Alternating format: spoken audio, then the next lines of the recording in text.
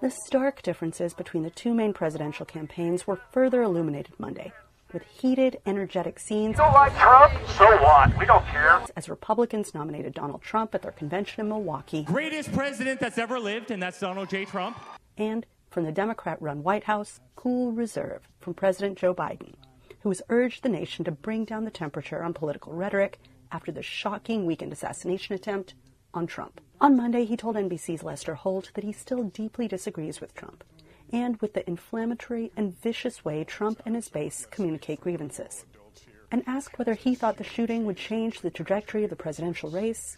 I don't know, and you don't know either. But it seems to have resolved the last political cliffhanger, the national debate over whether Biden's poor debate performance meant he should step aside. I expect that Joe Biden has weathered the storm, and this question about whether he should drop out is mostly in the rearview mirror, but he needs to perform well. Trump on Monday made his post-shooting debut to a thunderous reception and a crowd that shouted, "Fight, fight, fight."